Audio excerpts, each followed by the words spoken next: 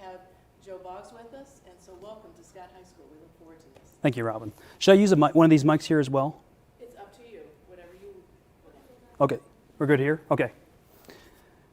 So once again, I'm privileged, honored, blessed to be here tonight to talk to you about this topic, prohibition in our region. I always like to begin with this image here.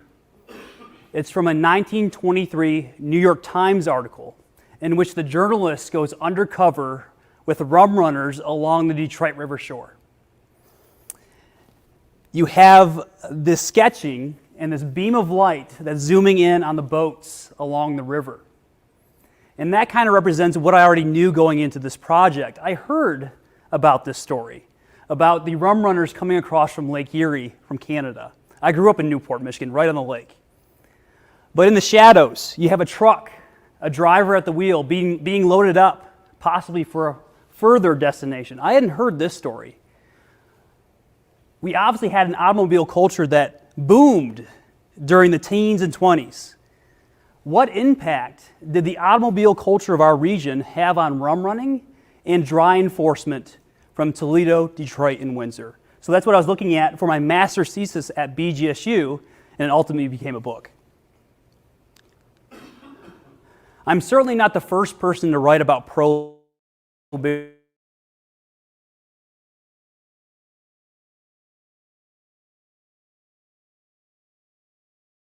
He wrote about the perspective from Detroit, the waterborne traffic coming across the Detroit River. It's called Rum Running in the Roaring Twenties.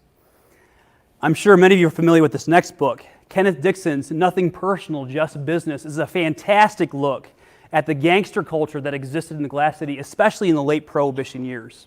And finally, Marty Gervais put together a rum runner scrapbook.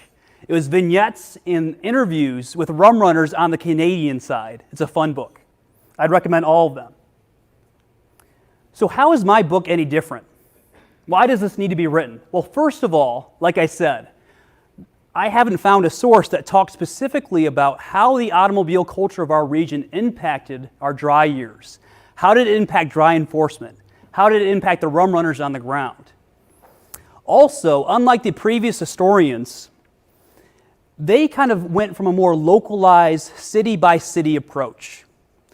Instead, my book considers the entire region together. I call it the Toledo, Detroit, Windsor corridor. And the reason why I take this perspective is because I want to think like the rum runners. The rum runners did not stop at borders. They exploited them because of the competing prohibition legislation in each territory. It was profitable for them to go across borders during this time period. So I kind of want to set the scene first. It's the 1910s that changes our region, and it's because of the booming automobile industry. In the year 1910, the Willys Overland starts production, the factory here in Toledo. 5 years later, they are selling the number 2 car in the country. Across the lake in Canada, we have Windsor. That is the number 1 city in Canada for producing cars during the 1910s. And as we know, across the river from there is the Motor City, and it earned its Motor City moniker because 13 of the top 15 car brands were being made in the Metro Detroit area. Obviously, they took a page from Henry Ford, mass production, assembly lines. But everyone adopted that philosophy in the 1910s and 20s, and our entire region is really dependent upon this motor car boom. And it changes the culture in many diverse ways. Women and teens gain more freedom during the automobile age. You have good roads, paved roads for the very first time in American history. You have awful car accidents, pedestrians being hit by vehicles. Traffic increases on the roadways.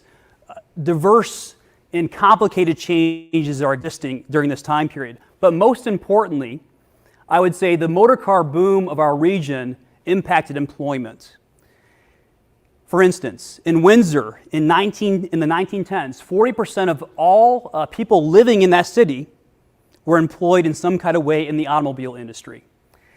At the dawn of Prohibition in 1918, the Willys Overland Company is hiring 15,000 Toledoans, the most of any company in the city. Fast forward to 1925, in the middle of Prohibition, Ford Motor Company has hired a whopping 108,000 employees for their Highland Park and River Rouge plants. This is changing the landscape, and more locals are putting their hands on cars daily. Not just making them, but also buying them themselves and becoming experts in the automobile industry. And it's important to remember the Prohibition movement really begins several decades in the past, in the 1870s, with the Women's Christian Temperance Union. But it's not gaining traction. They're seeing successes at a local and sometimes a smaller state level. But it's not until the 1910s does Prohibition really gain steam. And I would argue that's in part due to the automobile age. Their arguments are much more effective during the 1910s because of the use of automobile language. You start seeing this argument quite a bit in the 1910s. Cars and booze don't mix. And it's obvious. Drunk driving becomes a major issue in the 1910s. Another point that they make is the fact that these factory workers, the $5 a day wage, right? Everyone's getting paid a little bit more, middle-class wages. Well, guess what? Where's that money going? Not back home to the family. It's going to the saloon. And women are upset. So women overwhelmingly are in favor of Prohibition during this time. They want to see that bacon being brought home. And perhaps most importantly, almost unanimously, all the big automobile tycoons of the region are in favor of Prohibition. Henry Ford in Detroit, Gordon McGregor over in Windsor, John Willys here in Toledo. They are very much for Prohibition because they want efficient, sober workers on the assembly line. They're having major issues with this because the saloons, the distilleries, are setting up shop right outside their factory gates. They want them gone. So they are definitely in favor of Prohibition, and they use their voice, their clout, their money to support this Prohibition movement. Another mistake that Americans make when thinking about Prohibition, they think it comes in one swoop with the 18th Amendment in 1920. That is wrong. It comes in a patchwork fashion. And it actually first comes in Canada, believe it or not. So in 1916, the Ontario Temperance Act takes place. It begins in September 1916 specifically, and that last wild night was pretty wild in Windsor. You had elderly women on their knees begging for beer for their husbands back home. You had farmers coming from the countryside loading up the backs of their trucks with barrels of beer. People stealing alcohol from each other that they had just bought. The rowdy crowd exhausted the alcoholic supply by 6 p.m. They continue their drinking ways across the river in Detroit. Many of them get arrested. There was one major loophole in this Prohibition measure, and you probably know this. You could export alcohol legally outside of Windsor. So this is going to be a major source of alcohol, illegal alcohol, for Americans throughout the national Prohibition period. And just a few months later, Michigan votes itself dry with a state Prohibition measure in the November 1916 election. This is the largest state to vote in favor of Prohibition by a 75,000 person margin, which is a pretty sizable margin at this time. But you'll notice there are some dark counties up there. A nice little corridor is forming of people who voted against the state Prohibition measure. And they're sandwiched between Canada and Ohio, which is important to think about because Ohio at this time is still wet. So Ohio is going to be a critical source of alcohol during the state Prohibition years in Michigan.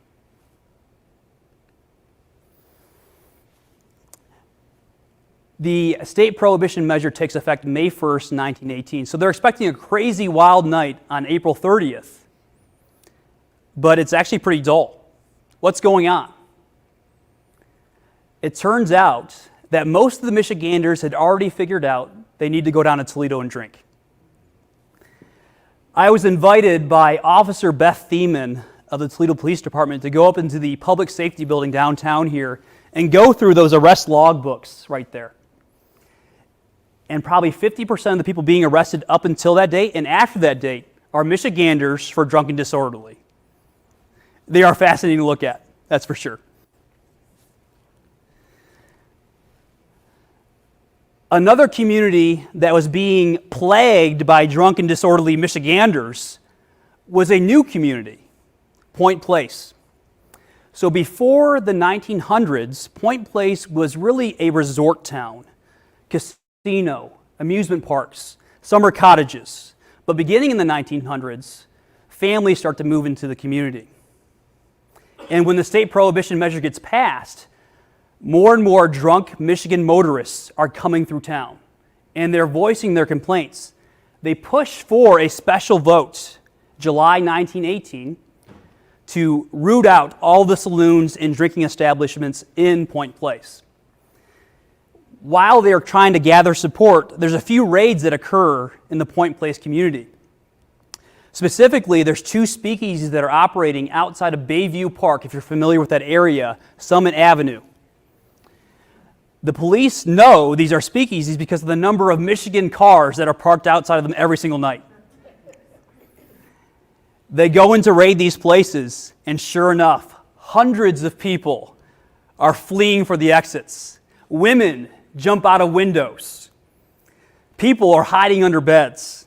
They arrest over 80 people in these two buses, many of them Michiganders.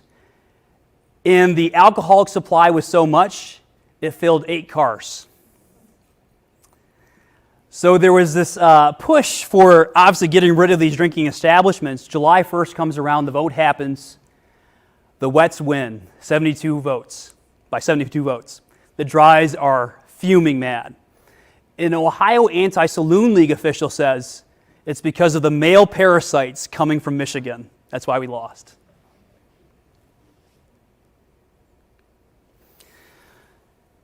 And before the use of motor cars for smuggling, the interurban was the preferred mode of transportation. The interurban was essentially an electric trolley system that operated between the glass city and the motor city. So at first, individuals just simply go down to drink and come back in the interurban. But then they figured out they could smuggle alcohol in their suit jackets, their suitcases. Dry agents caught on quickly. So they would get on the interurban with the bootleggers in Toledo, and as soon as they hit the Michigan border, they were arrested. Therefore, the bootleggers had to become more innovative. Here are a few images that demonstrate their innovation. In the top left corner here, you have a fake loaf of bread that unscrews at the top. A violin case that really held no violin. You had reports of fake Bibles, fake books full of alcohol. I found this on eBay. This is one of those books. The title of this book is called Spring Poems, The Four Swallows. It's not a book. There's a button on the side. 4 little flasks, 4 swallows. And probably the most humorous bootlegging device is the one you see here at the bottom. Women in Monroe, in Wyandotte, and Detroit would enter the interurban very, very skinny and come back a day later 8 months pregnant. 2 gallons of alcohol strapped around their stomachs. They had to hire matron officers for this purpose. There were so many of them.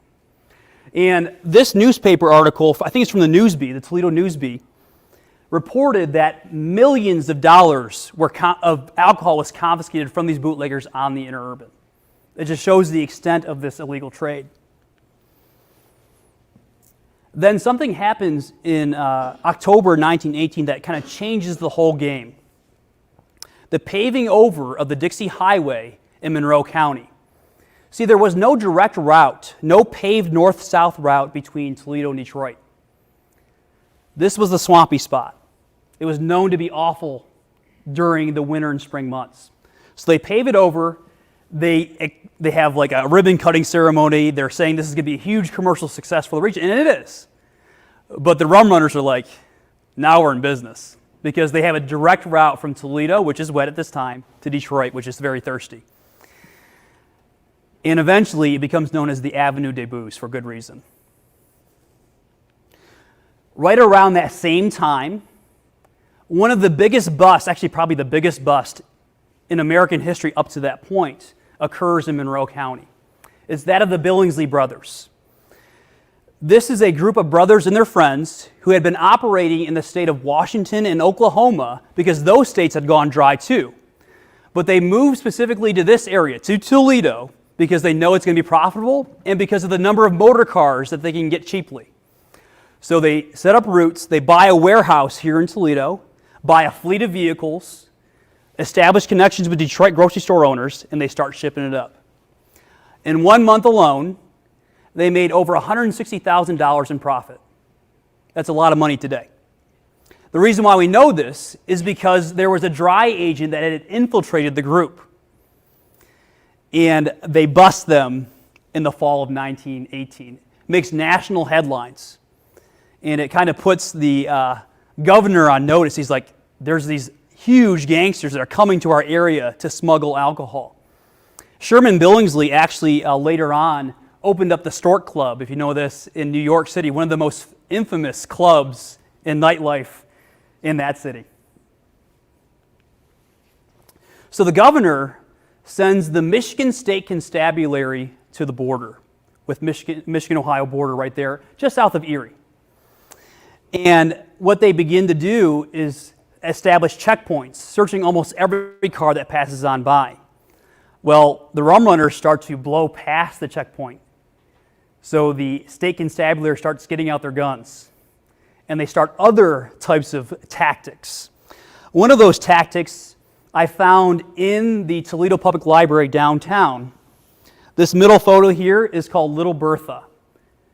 This photograph was unidentified in the public library archives, but then I found out that this was the vehicle I'd been looking for. There have been reports about it in the Toledo News-Bee, the Toledo Blade, and it matches the description. This armored vehicle was supposed to stop the Rum Runners from coming up the Dixie Highway. The problem with it was it just had a little flap on the outside. You couldn't really see well, so it got into accidents all the time with a regular motorist. They had to pull it off the road real quickly. Another thing that the state constabulary tried to do was the so-called log trap. And they probably used this log trap 3 times until they got in trouble. And the time they got in trouble was in February 1919. They were waiting on the Dixie Highway, south of Monroe, on the Dunbar Road, if you're familiar with that area. They had heard a convoy of cars were coming up the roadway around 2, 3 a.m. in the morning. They're waiting for them, and sure enough, they're coming. The first squadron tries to stop them at the Dunbar Road. They don't stop. They signal up the road. Squadron 2 is ready with a telephone pole. They plop it on the roadway. The lead Rum Runner is going 60 miles per hour. Hits it. Turns turtle, as the newspaper calls it. Alcohol spews out onto the streets. The Rum Runners are severely injured. The governor is fuming mad. And ultimately, these Rum Runners successfully sue the state constabulary for this specific trick. A few weeks later, the so-called booze rush commences. What the booze rush was, it started from a Supreme Court case in Michigan. But essentially what happened is the Michigan State Supreme Court invalidated the search and seizure law. So basically it legalized rum running from Ohio. So everyone and their mother heads down to Toledo. And I mean everyone. Toledo is bombarded with Michiganders. The bartenders in wholesale liquor stores say they can't keep the alcohol on the shelves. The cost of alcohol skyrockets. And you see the bumper-to-bumper traffic on the Dixie Highway coming out of Toledo into Michigan. It's right there. Bumper-to-bumper traffic. And by the time they got into Michigan, the police officers, all they could do is direct traffic. They couldn't stop them.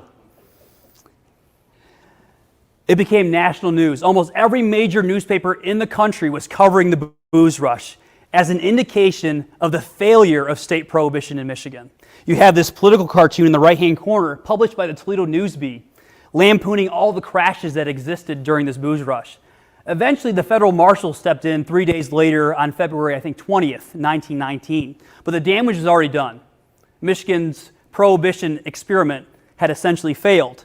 A Free Press photographer goes down after the fact and is taking photos of the crashes on the Dixie Highway. But he notices something.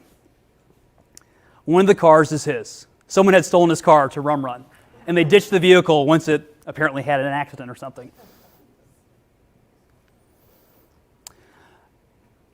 A few months later, Ohio Prohibition Law takes effect. They vote themselves dry the previous election. And the last day is May 27th, 1919. Downtown Toledo was absolutely bonkers, apparently. They said the number of people downtown way surpassed the World War I victory parade.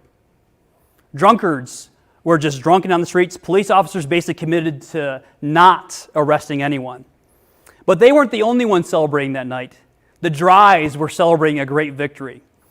There were public funerals for John Barleycorn.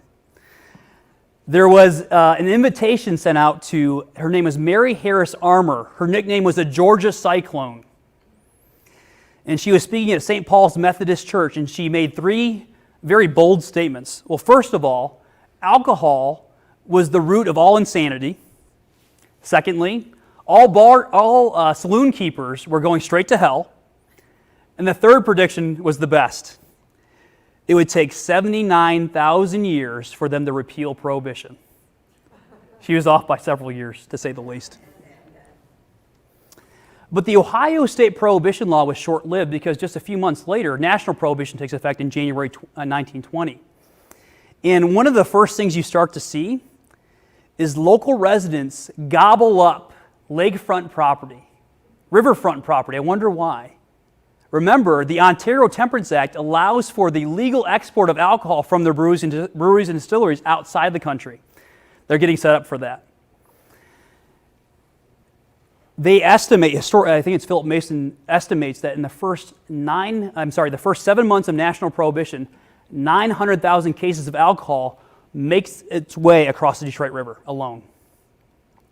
But remember, this is not just a waterborne trade.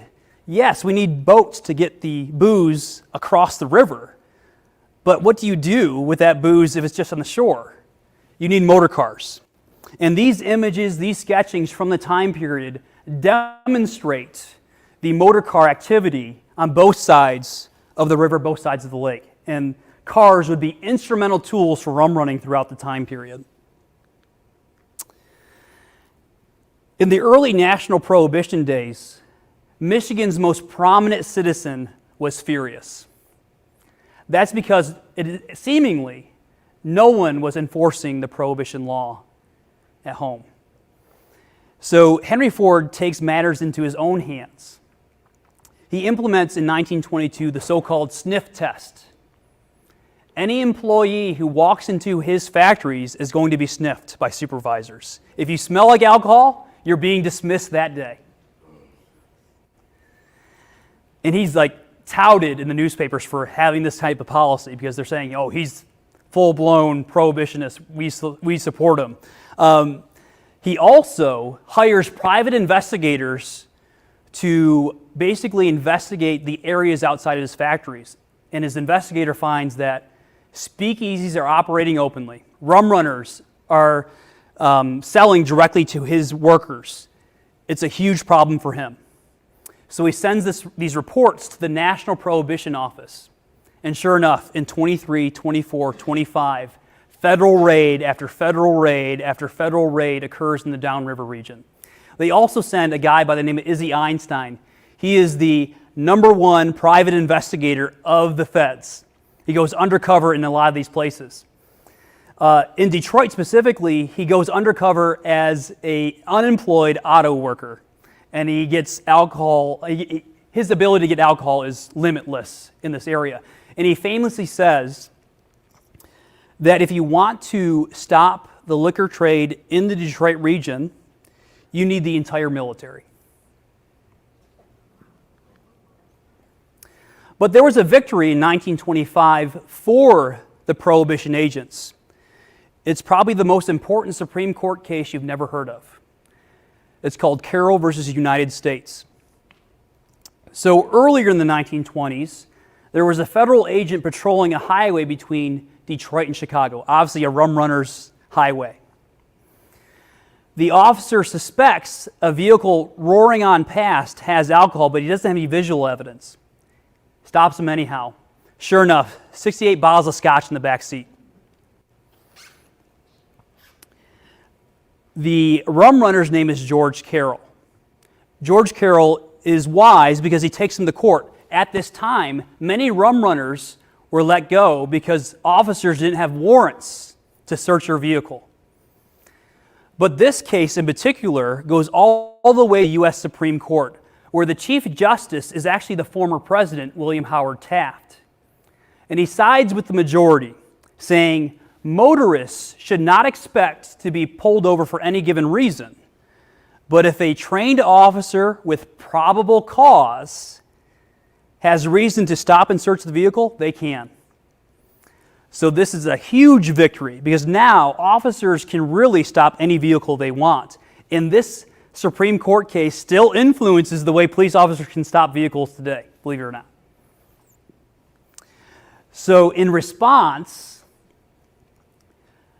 the rum running motor cars have to innovate.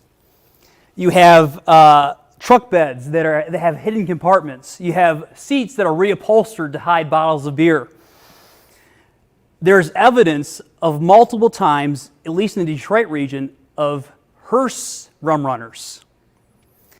There's a specific event, and I think it's in late 1926.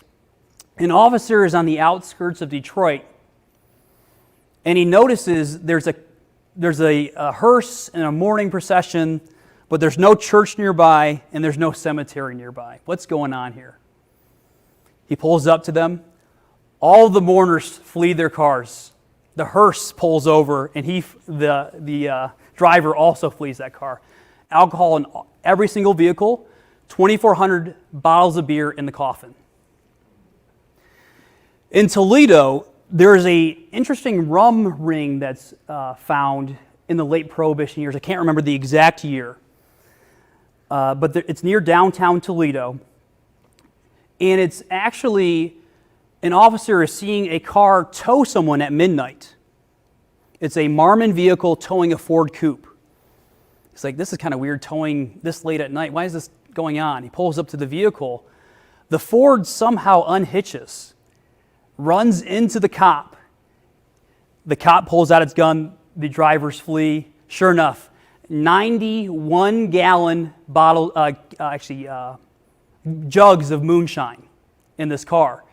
They arrest the individuals in the Marmon vehicle. They bring them to the station, but they can't charge them with anything.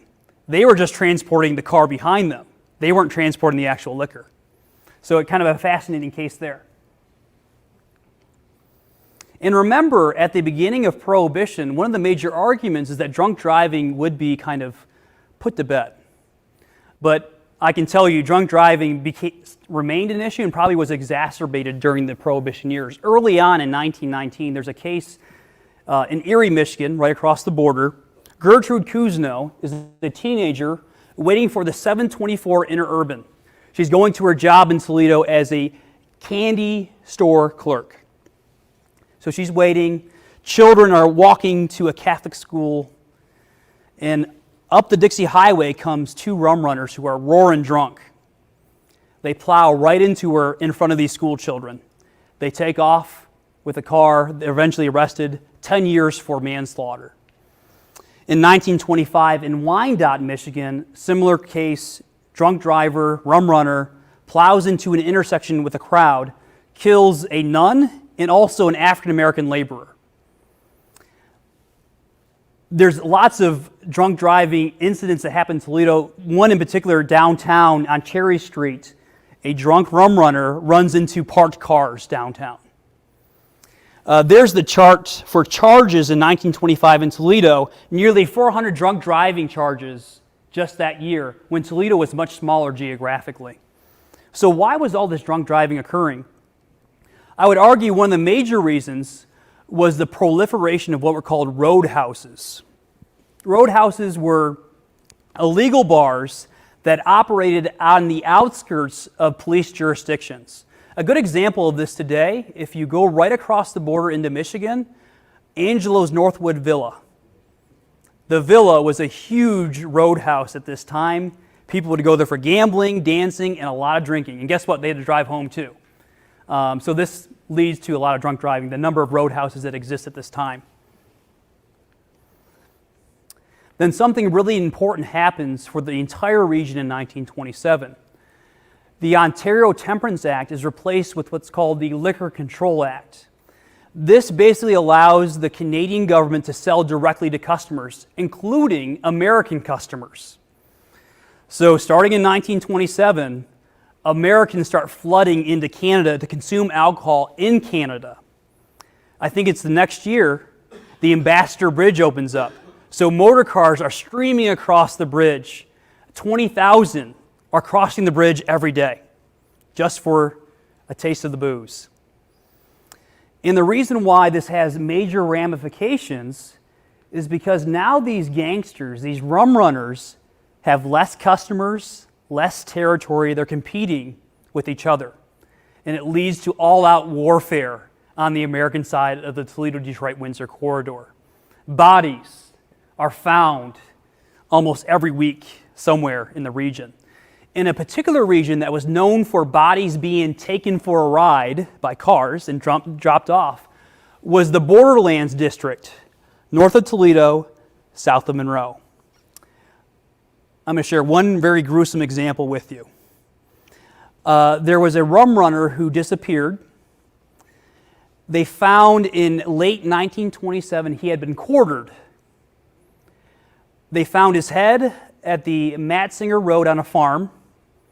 They found his lower legs in a swamp in Erie, Michigan, and they found the upper portion near the tracks between Ottawa Hills and Sylvania.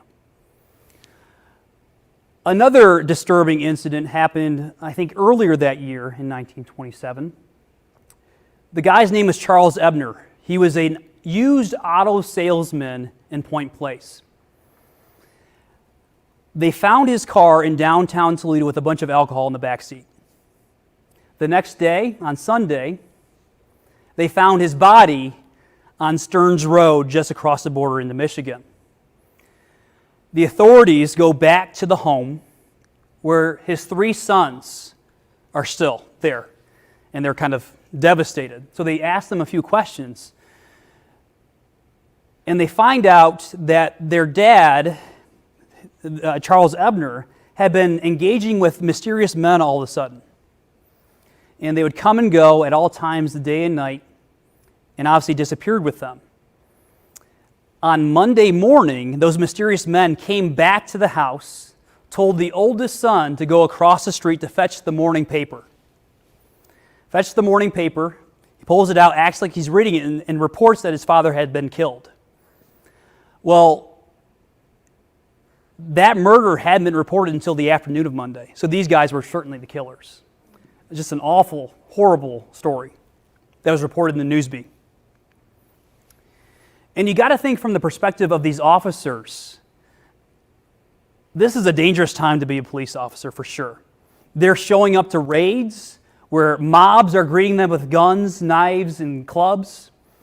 I would guesstimate probably 24 officers are killed on the Toledo, Detroit, Windsor corridor during the Prohibition years.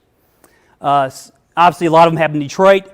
However, many of them, there was a few of them that actually happened here in Toledo. One particular one I can think of, in 1929, I believe it was November, a deputy of the Lucas County Sheriff's Department was up by the Jackson-Sylvania intersection, I think over there by Mancy's, if you're familiar with that area. And they're looking for rum runners coming from Michigan. And he spots a booze truck. It's very obvious. So him and his partner rev up the engine, go after this vehicle. Out of nowhere, another vehicle crashes into the side of them. The car backs up and hits them again. So the deputy sheriff sticks his head out the window, greeted with gunfire, killed.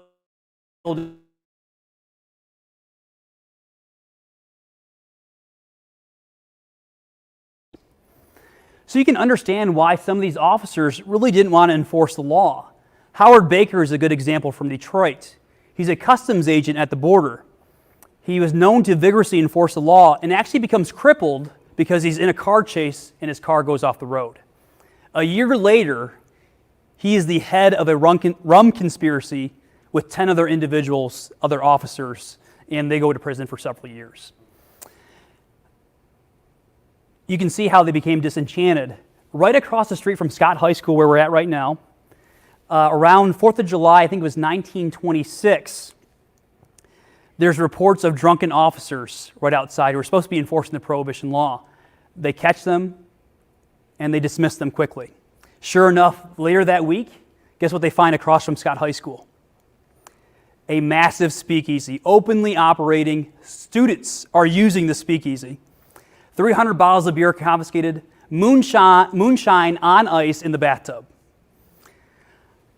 So officers are deciding to enforce the law, look the other way, or become corrupt.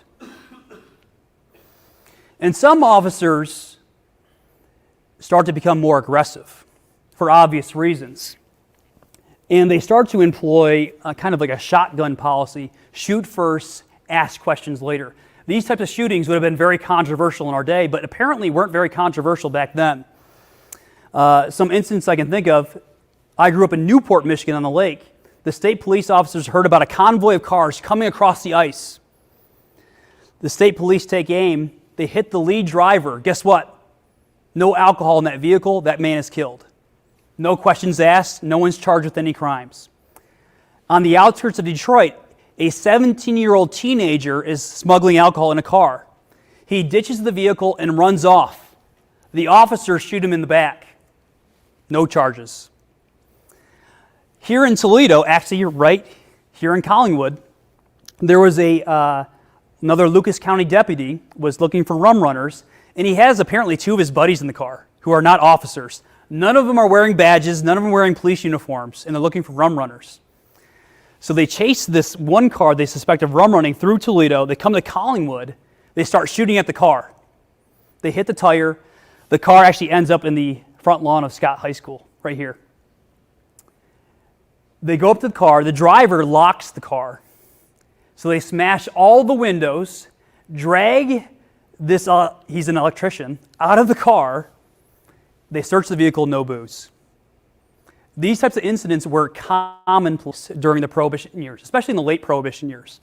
And you see some of these cartoons being developed kind of lampooning this shotgun policy they were using. And it wasn't uncommon to see motorists with this sign on the back: "I'm not a bootlegger, don't shoot." I also have a license plate that became more common in late Prohibition years. Got this on eBay. Repeal the 18th Amendment for the car. There's a movement that's growing to repeal this amendment, not just because of the violence, but because of the heavy-handed police enforcement that's going on. And as many of you probably know, from 1931 to 33, there is a tremendous killing spree that occurs here in the Glass City. A lot of it was due to the rivalry between Jackie Kennedy, the hometown boy, and Yanni Iacovoli, the outsider. But if you look at the 14 murders that exist during this time period from 31 to 33, there's one commonality, one common thread: the use of the automobile as a tool for gangland slayings. Almost all the individuals are killed on the roadway or dumped off of a roadway, often shot from cars. A good example of this occurred October 6, 1931, at the intersection of Franklin and Bancroft. Abe the Punk Libitsky. Apparently, he had ratted Yanni Iacovoli's brother out for killing someone in Detroit. So he was a marked man.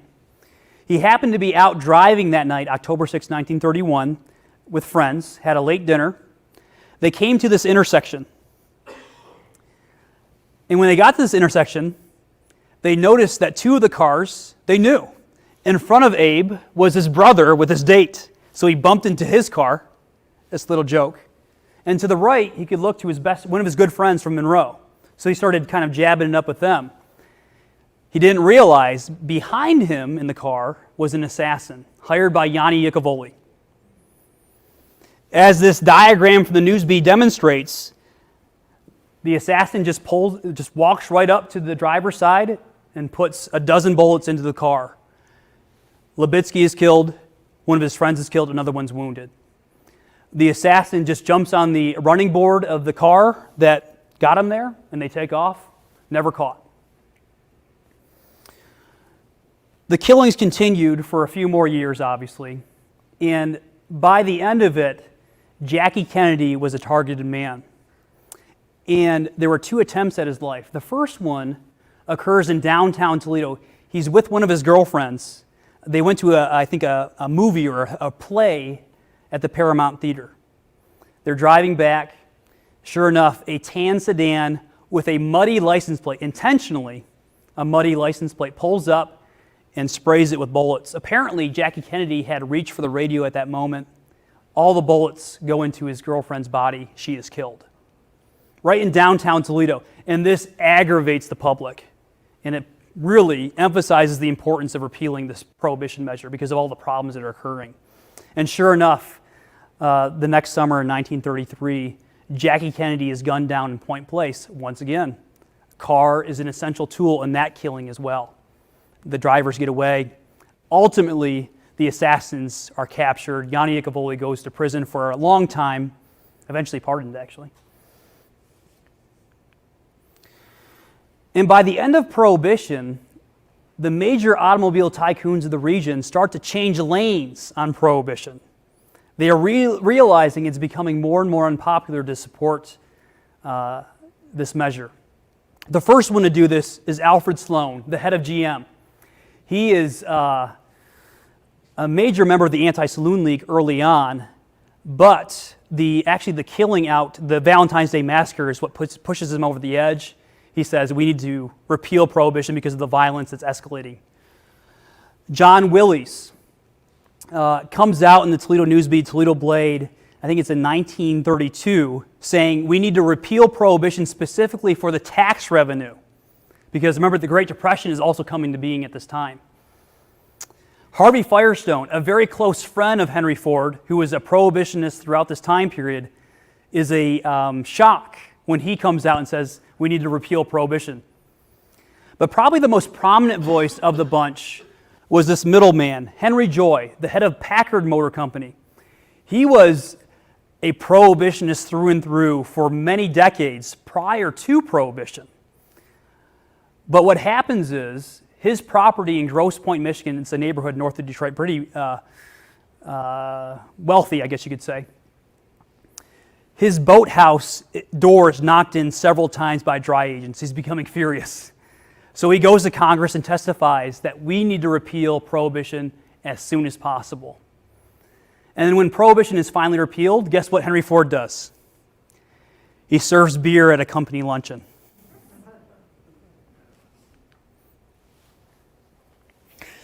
So you might know that Repeal Day is actually December 5th. That the first Repeal Day was December 5th, 1933. They needed 36 states to ratify Prohibition. The 36th state was Utah. But earlier that day, guess who ratified Prohibition? Ohio. Ohio was the 34th state.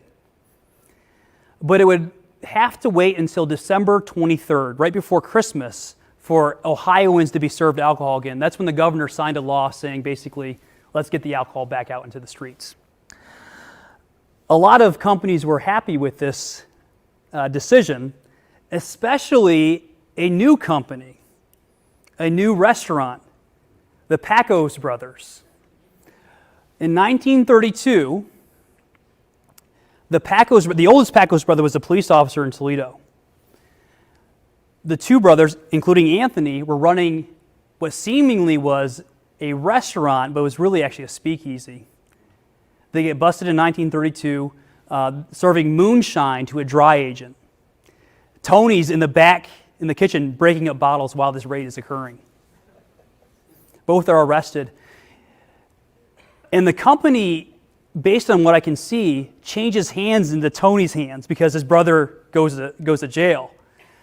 So when the business is reopened, Prohibition is done. And if you look at the company website, they talk about how their hot dogs brought people in. I would argue that first year after Prohibition, they were also selling something else. And maybe that's how they kind of got their start. They were already known in that Birmingham community for selling alcohol.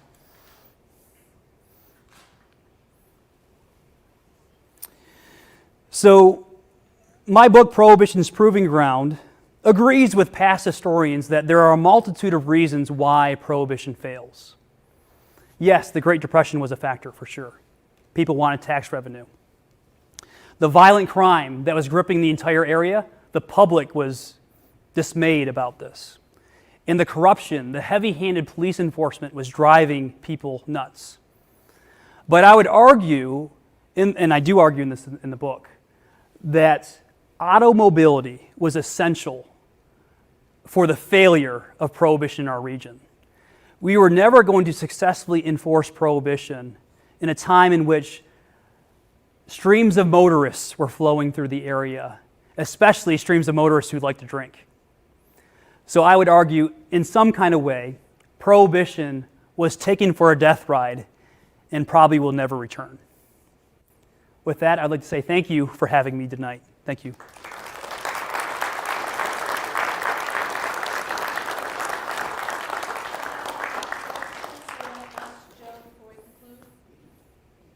Yeah, right here. All right, so in the beginning of the 20s, or the 10s, then the cars really started taking off. Yes. But they weren't having a problem with booze until they were getting into accidents. So don't you think part of it is because they finally developed a system for the cars? You know, like this is the stop, this is the lane, go in. Yes, so that's actually a good point. There's a great book that talks about, I'm trying to remember the title of this book, but it argues that the implementation of a traffic system in this area is instrumental. Actually, Detroit is one of the first places in the country to have traffic stops. So yeah, that was certainly a part of the issue, but drinking with bad traffic just exacerbates the issue, for sure. Because, I mean, it just seems like crazy that they all... Yeah, I wish I had this photo for you. You should see the traffic pileup in a Detroit intersection before the Prohibition years. It's absolutely insane. There's just a police officer at the intersection kind of waving people on by, but there's really no structure to it. But starting in really the early 1920s, you start to have an established stop and go kind of system, traffic lights. Yeah. If you've lived in Toledo for a long time, which I have, you always hear about this connection with Chicago and Capone. The Park Lane apartments over here, used to be the Park Lane Hotel.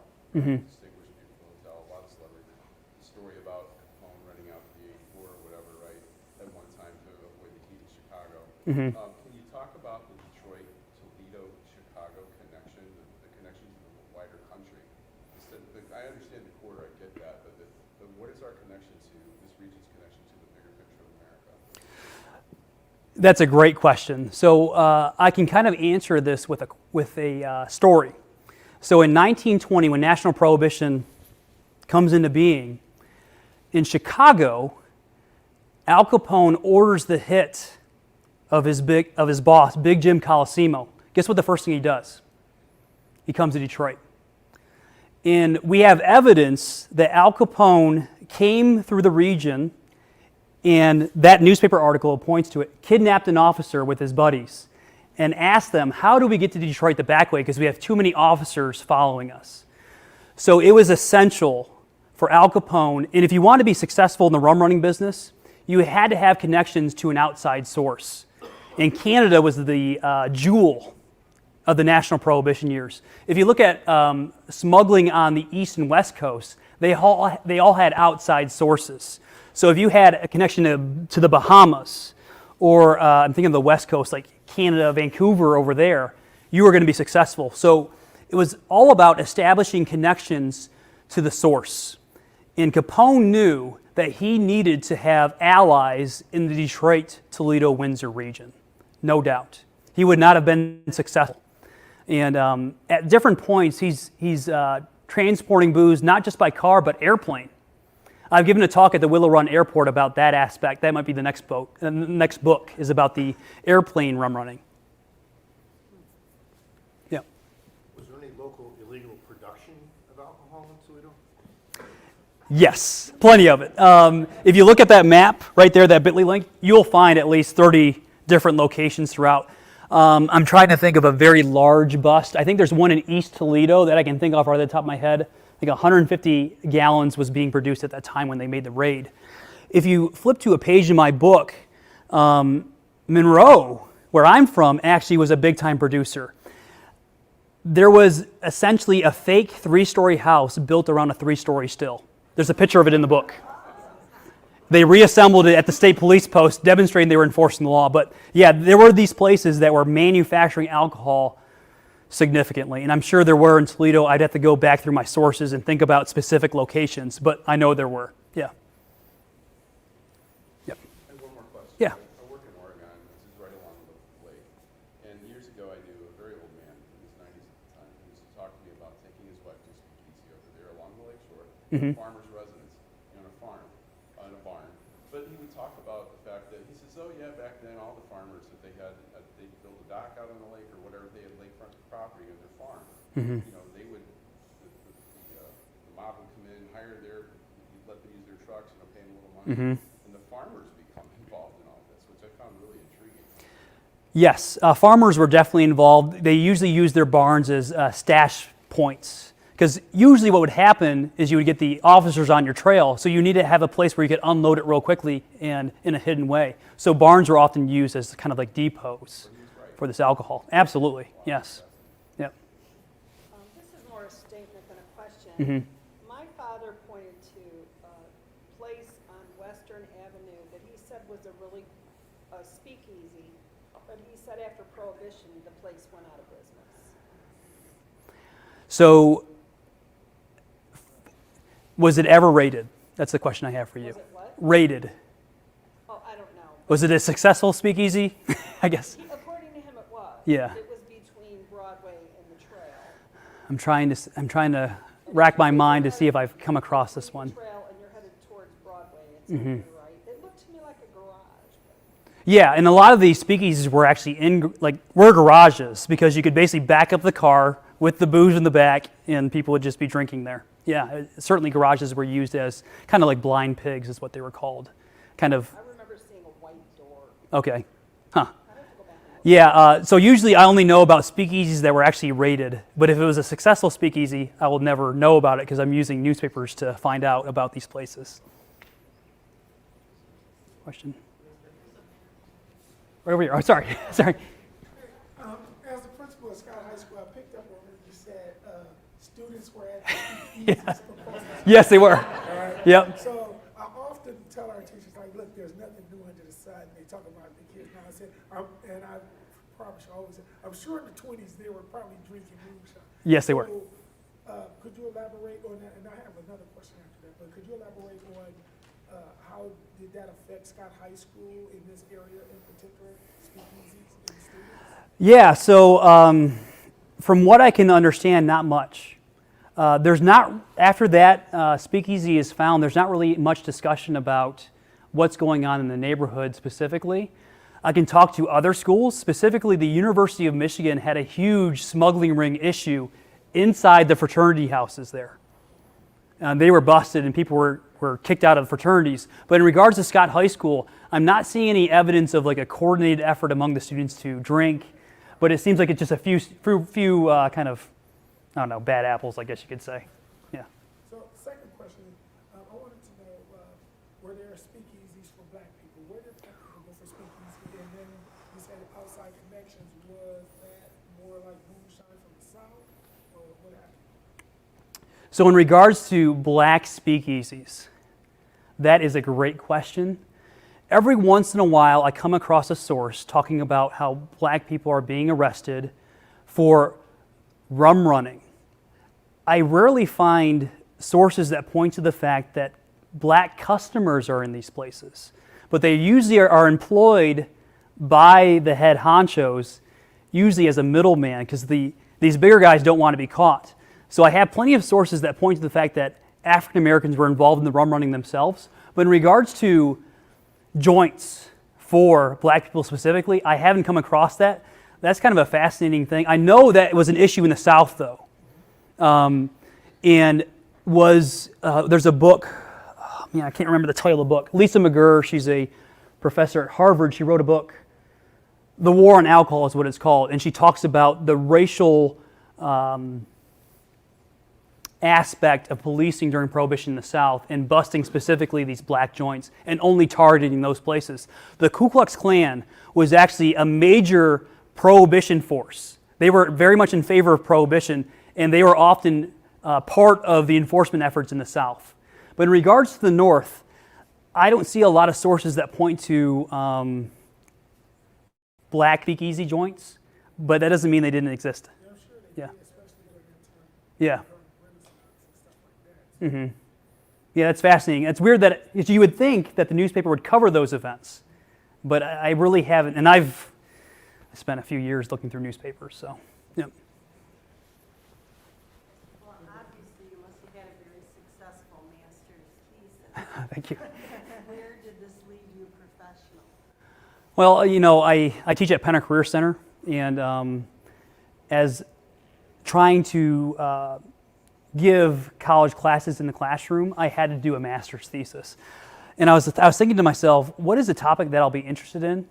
And what will be a topic that will be interesting to my students? So I obviously have automotive students, and I also have criminal justice students. So I tied the two together. I have a lot of those students, and they find this topic very fascinating. So yeah, kind of blending these two. And that's what I try to do in my classroom, is try to tie history to some of the vocations coming through our school. I just wanted to mention something. He talked about Jack Kennedy's girlfriend that was killed, Louise Bell Yes. was her name. And I only mention this because he also said Ken Dixon. Louise Bell was buried at Calvary Cemetery, and Jack Kennedy, the next year when he was killed, was buried at Calvary just a few rows in front of her. Her body was there for years without having a marker of any type. And about a decade ago, Ken Dixon, with his book sales, purchased a headstone for Louise Bell. Unbelievable. So That's great. They sit next to each other He almost. used to So be a teacher at Bowser. he Oh, did, okay. yes. He was a teacher at Bowser.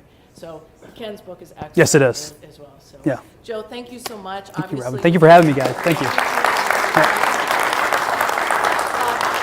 make sure you check out Joe's book, his memorabilia he brought. I think 3 yearbooks.